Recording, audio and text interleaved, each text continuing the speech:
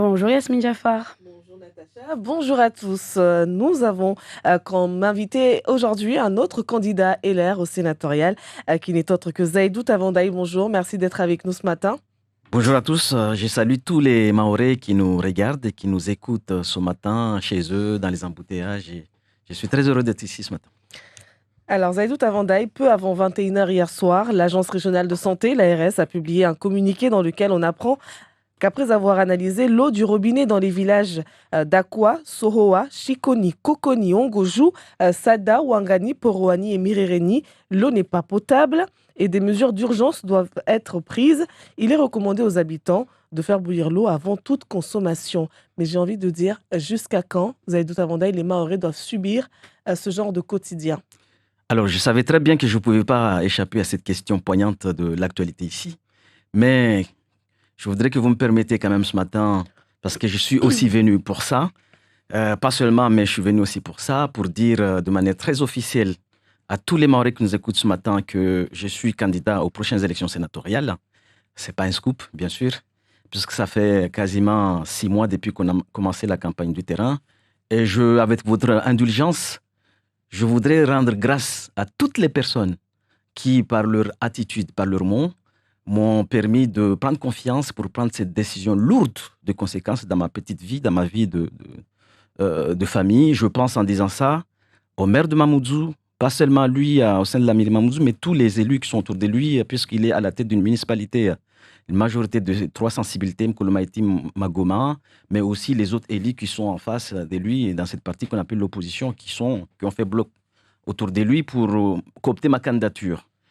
Je prends aussi le temps de remercier ici le président du département qui a fortement, en tout cas, manifesté un intérêt sur ma démarche à être candidat. Je remercie aussi, parce que je fais campagne à ses côtés, et c'est un bonheur, le président de l'association de maires, le président d'Académa, et je totalise pas moins de 9 maires autour de moi. Ma démarche de candidature, c'est une démarche consensuelle. Donc vous êtes déjà Candidature de élu, grand quoi. consensus. Non, non, non, je le dis ici parce que c'est un fait du terrain qui va m'obliger et qui va m'engager. J'annonce ici d'être candidat de consensus. J'espère être à la hauteur de cet enjeu en étant demain un sénateur de rassemblement, capable de donner envie ici à l'ensemble des élus locaux qui construisent la vie quotidienne des Mahorais au jour le jour, dans des conditions difficiles. Et la crise de l'eau, ça n'est qu'une, mais il y en Mais a d'autres. justement, On y rassembler les reviendra. élus autour de Donc vous, voilà, donc j'espère juste que... c'est un combat de gagner, je- mais il faut aussi je- rassembler la population autour de vous parce que, avant toute chose, être sénateur, effectivement, ce sont les élus, toutes ces personnes que vous venez de citer qui vont pouvoir voter pour vous. Ce n'est pas la population, mais c'est cette population-là, mahoraise, que vous allez devoir représenter au Sénat et qui a Oui. soif, qui a besoin d'eau. À Mayotte, on n'a pas d'eau.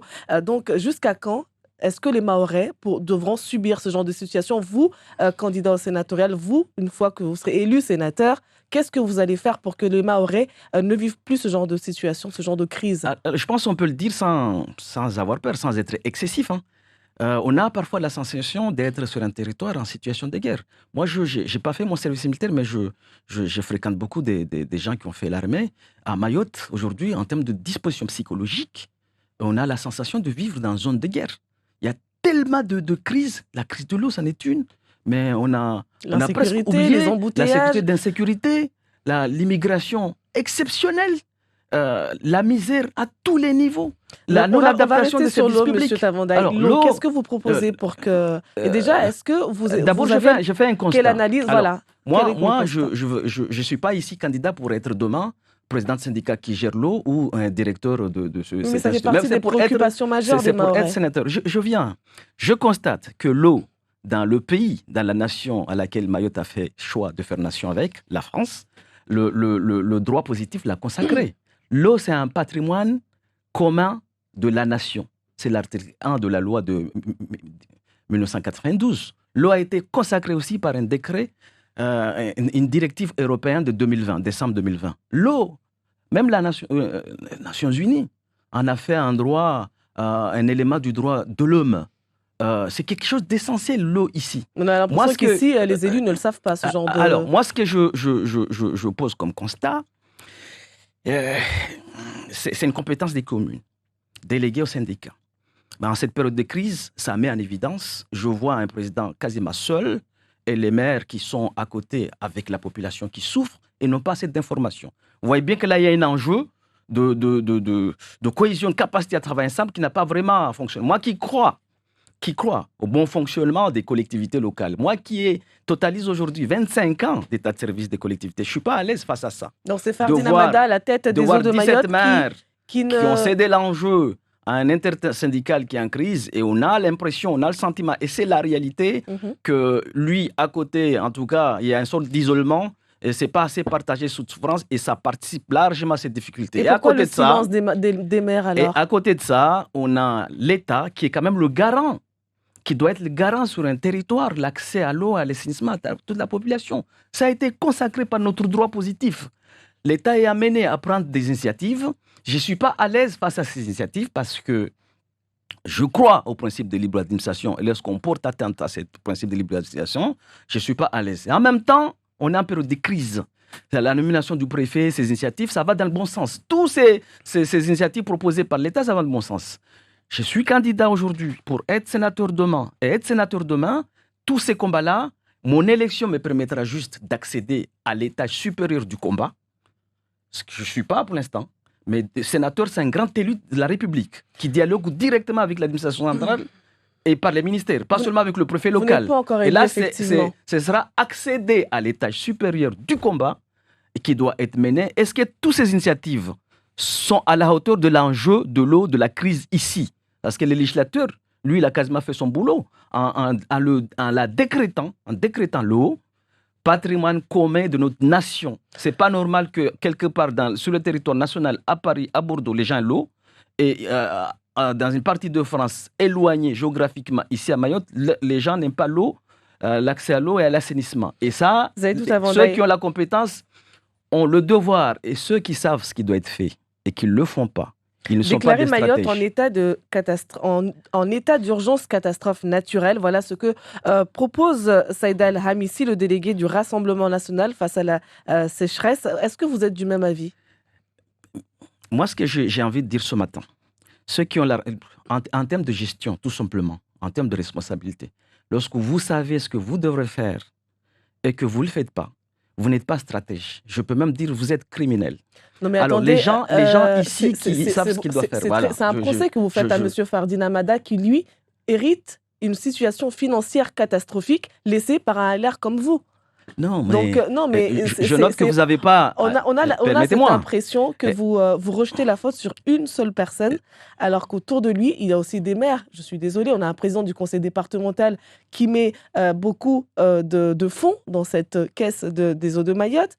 Le maire de Mamoudzou également, qui a aussi des représentants. Tous les maires de Mayotte, tous les maires qui vous soutiennent, siègent là-bas, en tout cas ont un représentant, mais quelle est leur part de responsabilité? Ce n'est pas une seule personne, ce n'est pas que Fardine Hamada qui vient bloquer toute la situation. Alors, c'est pas ce que j'ai dit ici, que toute la faute incombe à Fardine Hamada, c'est pas du tout ça. Vous dites la faute incombe aussi à LR. Vous n'avez pas regardé bien vos fiches.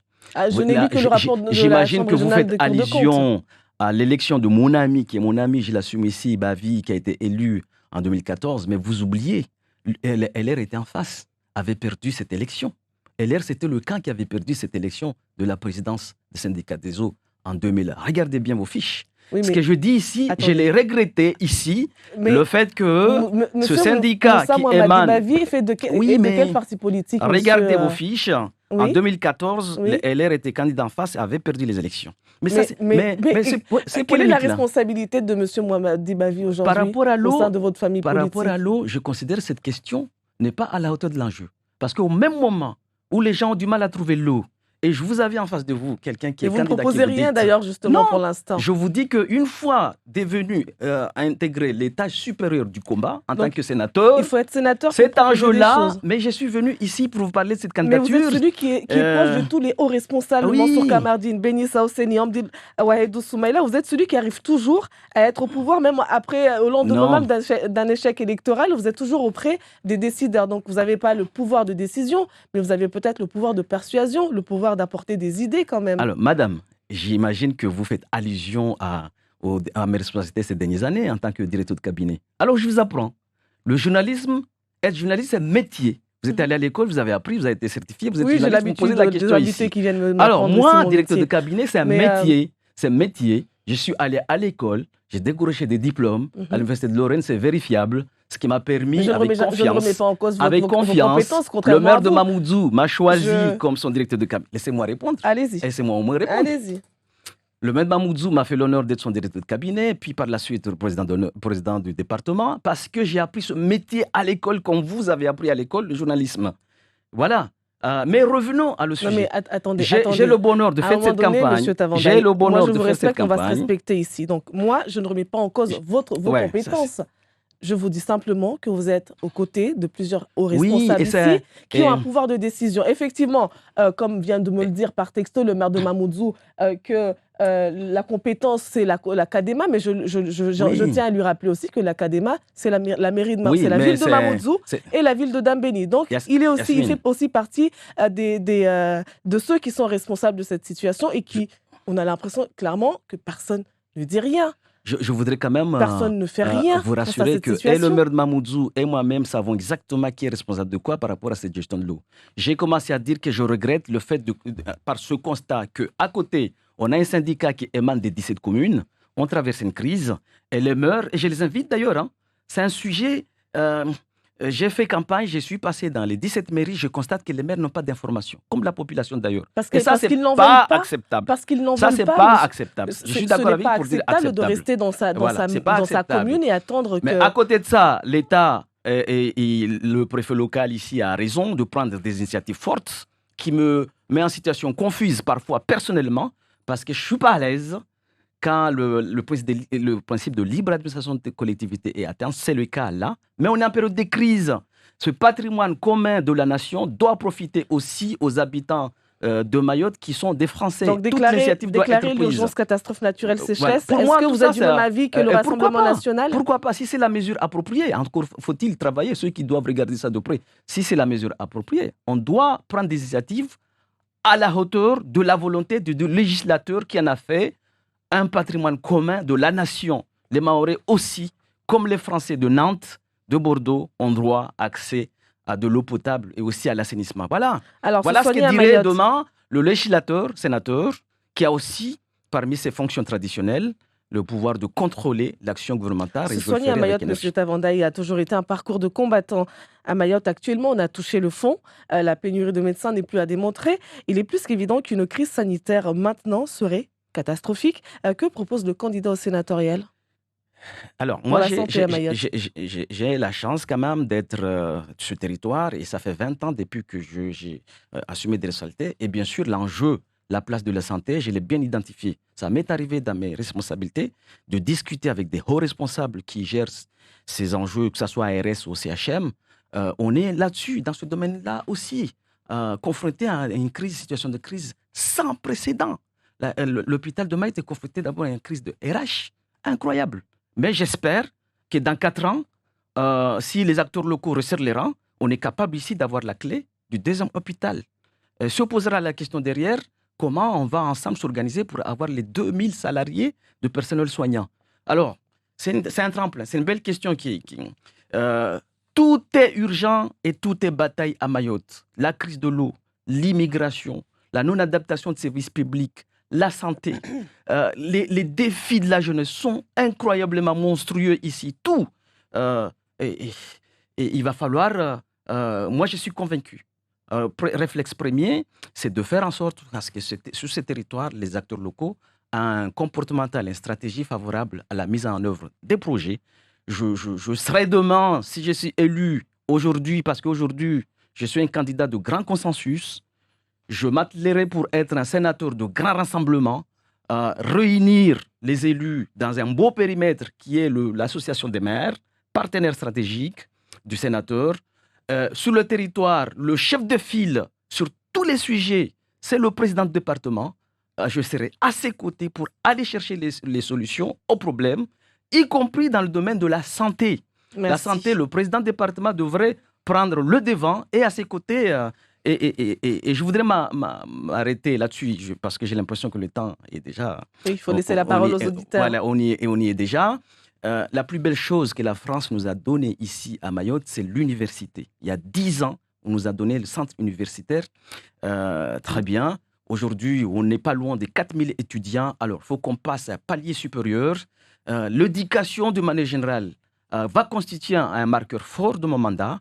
Et à la pointe de cette démarche, ce bel outil d'université, Donc vous êtes pour ou contre le changement de statut d'ailleurs de on ira l'université? avec le couteau dans le dent, chercher, parce que la Guyane a gagné cette bataille, il n'y a pas de raison qu'on ne la gagne pas, parce qu'autour de l'université de plein exercice, c'est là où on peut enseigner des formations de qualité, répondant aux enjeux de territoire, et la formation à Mayotte, parce que nos enfants commencent à avoir le bac à 16 ans, 18 ans, c'est quand même heureux, c'est quand même mieux de créer les conditions ici pour les former ici. Alors, Merci beaucoup, l'université Zaïdou est un Tavandaï. enjeu majeur de Mais mon mandat. c'est la fin de l'entretien.